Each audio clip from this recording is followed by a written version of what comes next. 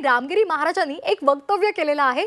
पहलगाम मधला भ्याड हल्ला हा जिहादी मानसिकतेतून झालेला आहे असं विधान त्यांनी केलंय।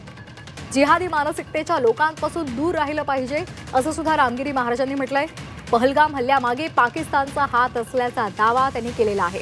पाकिस्तानी बांगलादेशी घुसखोरींना तातडीनं देशाबाहेर काढलं पाहिजे अशी मागणीही रामगिरी महाराजांनी केलेली आहे। घुसखोरांना मदत करणाऱ्यांना कठोरात कठोर शिक्षा व्हावी अशी सुद्धा मागणी त्यांनी केली आहे। आताची महत्त्वाची बातमी पहलगाम मधला भ्याड हल्ला आणि त्यानंतर आता रामगिरी महाराजांचं हे वक्तव्य समोर आले।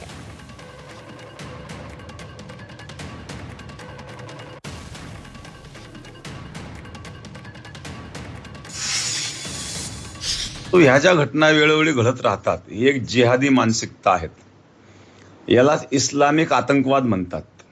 हा इस्लामिक आतंकवाद आणि ही जी जिहादी मानसिकता आहेत की आम्ही वेगळे आहोत आणि जे काफिर आहेत या काफिरांना जगण्याचा अधिकार नाही, हे जे या लोकांना शिकवले जातं। आणि दुसरी महत्त्वाची गोष्ट, पाकिस्तानचे जे सेनाध्यक्ष आहेत हे 4-5 दिवस आधी या विषयावर बोलले पण होते की हम अलग कौम है और काफिर अलग है। आणि त्यांचे जे शब्द आहेत त्या शब्दावरून असं सिद्ध होतं की पाकिस्तानचा याच्या पाठीमागं हात आहे।